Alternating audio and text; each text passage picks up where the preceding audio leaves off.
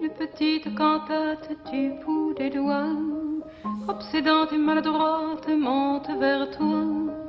Une petite cantate comme nous jouions autrefois. Bonjour, bonjour chers auditeurs, merci de votre fidélité pour cette chronique Parcours de femme.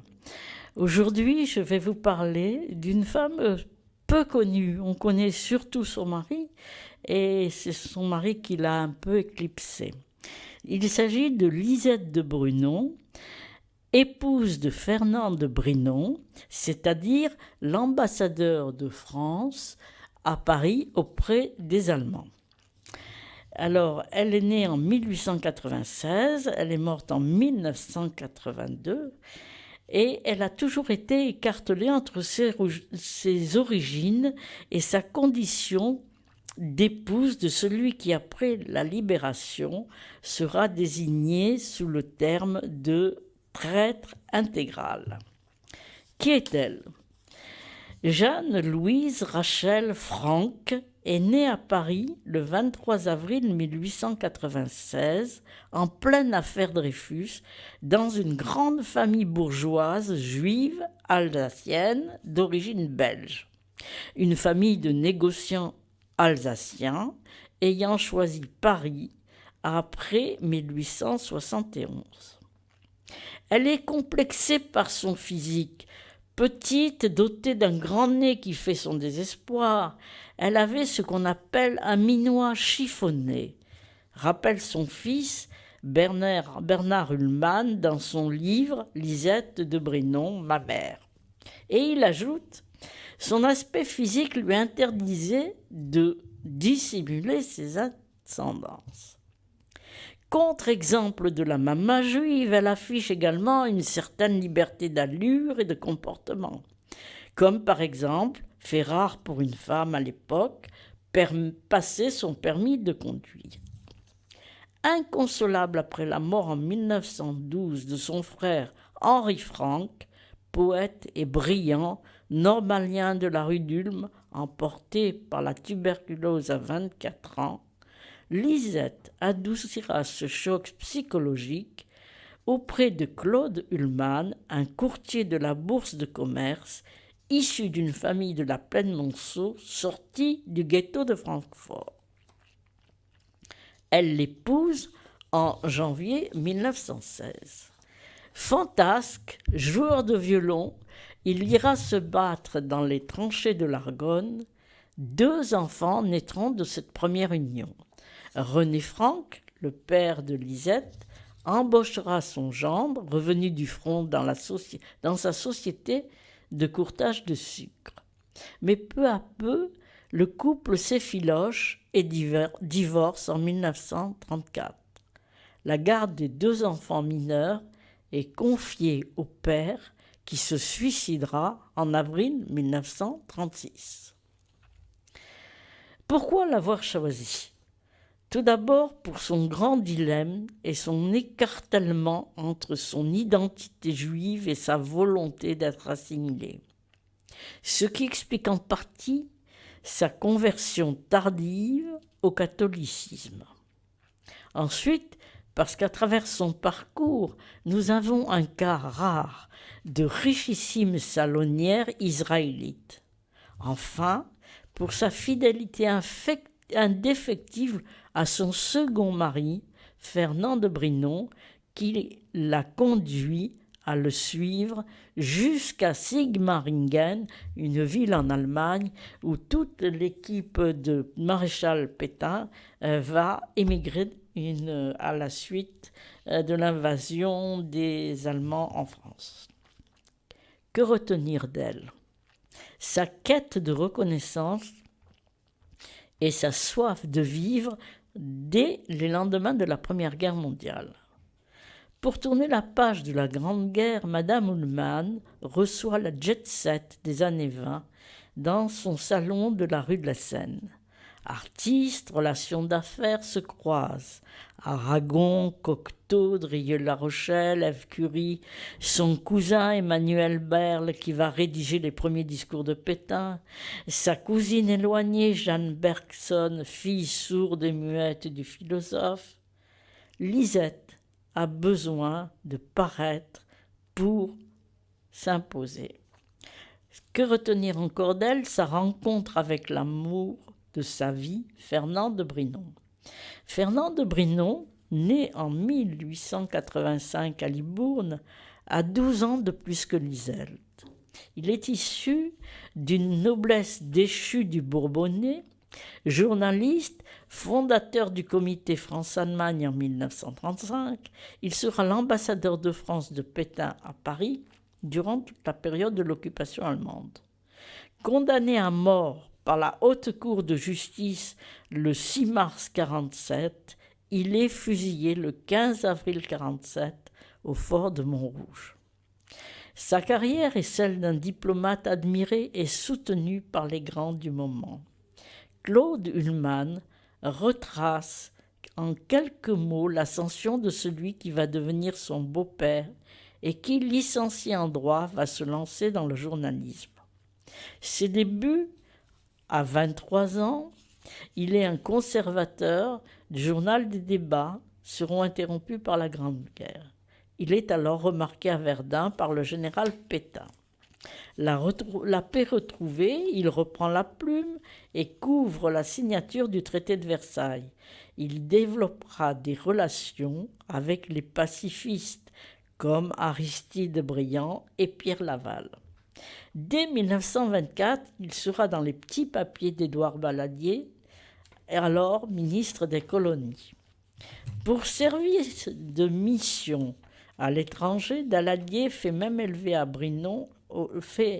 Brinon au grade d'officier de la Légion d'honneur. En Allemagne, cette intimité n'échappe pas à Ribbentrop, futur ministre des Affaires étrangères du Troisième Reich, qui facilitera les reportages de Brinon outre-Rhin. Le journaliste a l'avantage de parler allemand et il participe aux chasses des grands dignitaires nazis. Ribbentrop lui fait rencontrer Goebbels et Rudolf Hess. C'est encore grâce à Ribbentrop que Brinon, en ambassadeur secret de Daladier, rencontrera Hitler à Berchtesgaden le 9 septembre 1933 dans le but de préparer une rencontre avec le chef du gouvernement français. Toujours grâce à Ribbentrop, Brinon sera de nouveau reçu par Hitler le 16 novembre à la chancellerie du Reich pour une interview exclusive publiée le 23 mars dans le quotidien du Matin. C'est un scoop et l'information du quotidien, rachetée par un juif, Laban Lazare, également propriétaire des débats, donna même son accord à la publication d'extraits de l'interview. C'est dire combien on était loin de penser à ce que ferait Hitler. C'est à Genève, début 1932, dans un hôtel où descendaient les diplomates de la Société des Nations, que Brinon, venu assister à la conférence sur le désarmement, fera la connaissance de Lisette, Madame Ullmann. Et là, c'est le grand amour. Et c'est à ce moment-là que pour avoir un mariage catholique, Jeanne Frank, donc épouse Ullmann divorcée, se convertit au catholicisme pour pouvoir épouser religieusement Brinon après que son premier mariage, remontant à janvier 1916, soit annulé par le pape. Le 15 novembre 1934, le mariage civil de Jeanne-Louise Rachel Frank et de Fernand de Brinon a lieu à la mairie de Neuilly-sur-Seine où réside le couple. Le marié a pour témoin le chef de cabinet de Daladier et la mariée, l'époux de sa meilleure amie, Colette Gunbaum, juive convertie comme elle. Le 17 novembre, le mariage religieux est célébré à l'église Saint-Sulpice à Paris. Alors, quel a été son véritable rôle? Avant la guerre, elle est aux côtés de son mari par amour et par anticommunisme. Lorsqu'en 1938, le père de Fernand, Robert de Brinon, meurt, son fils devient marquis et Lisette peut désormais porter le titre de marquise de Brinon. En tant que vice-président du comité France-Allemagne, Fernand de Brinon multiplie les conférences en Allemagne. En décembre 1938, 2 mois après la signature des accords de Munich, le comité France-Allemagne organise un déjeuner d'apparat à l'hôtel Crillon et le soir, à l'ambassade d'Allemagne, un banquet réunira le gouvernement présidé par Daladier, à l'exception des ministres juifs. Ribbentrop est aux côtés de son homologue français, Georges Bonnet, ministre des Affaires étrangères, et Brinon et son épouse Lisette participent aux agapes.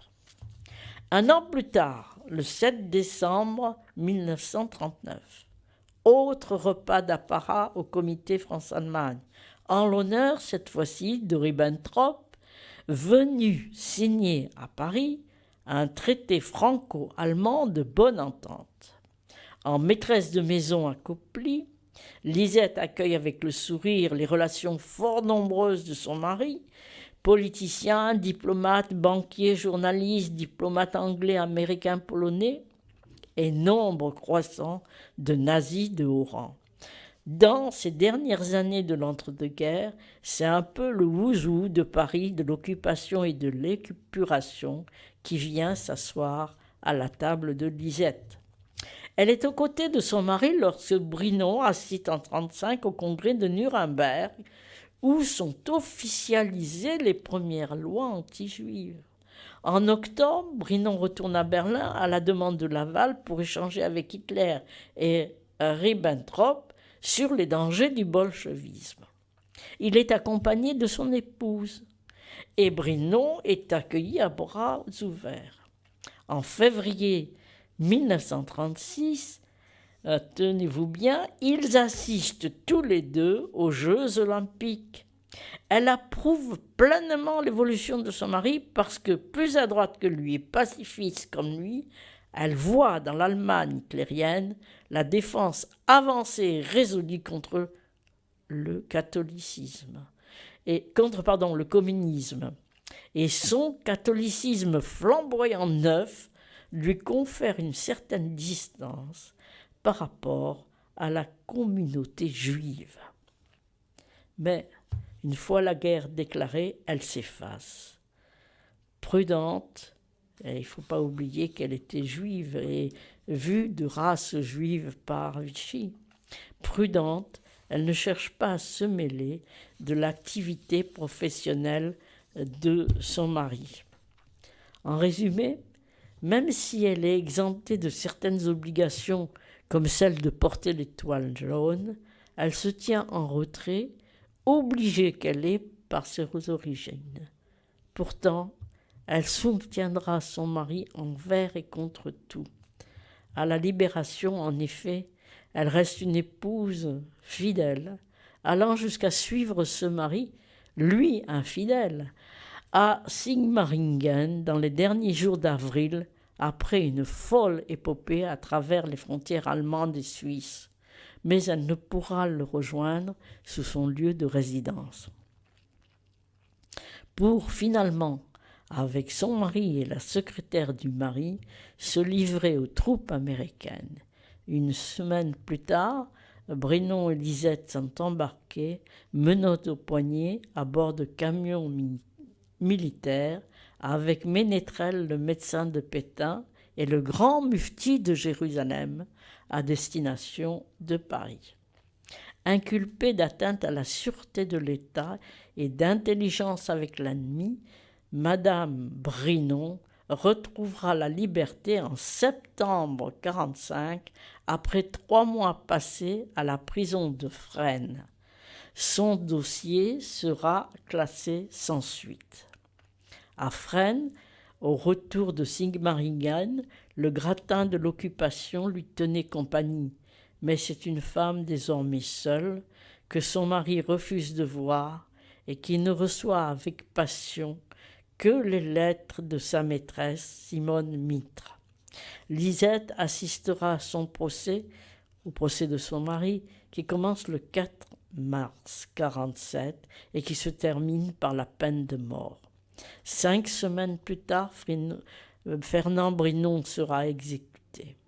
Quant à Lisette, perpétuellement endettée, elle n'en continue pas moins à vouloir vivre en mondaine, avec pour seul ami véritable Jacques-Benoît Méchain, germaniste et germanophile qui échappe à la condamnation par la grâce du président de la République et qui sera libéré pour devenir un conseiller de Nasser. En mauvaise santé, Lisette décède à 86 ans, le 26 mars 1982, à l'hôpital de Montmorency, aujourd'hui hôpital Simone Veil. Elle est inhumée au cimetière communal de Nemours, en Seine-et-Marne, où elle séjourna très souvent durant sa jeunesse. Alors pour aller plus loin, en dehors des archives nationales et du fonds Brinon, on peut consulter le livre de Bernard Hillman, qui, je le rappelle, est le fils de Lisette, qui s'appelle ce bouquin « Lisette de Brinon, ma mère, une juive dans la tourmente de la collaboration », qui a été édité en 2004 aux éditions Complexes. Merci.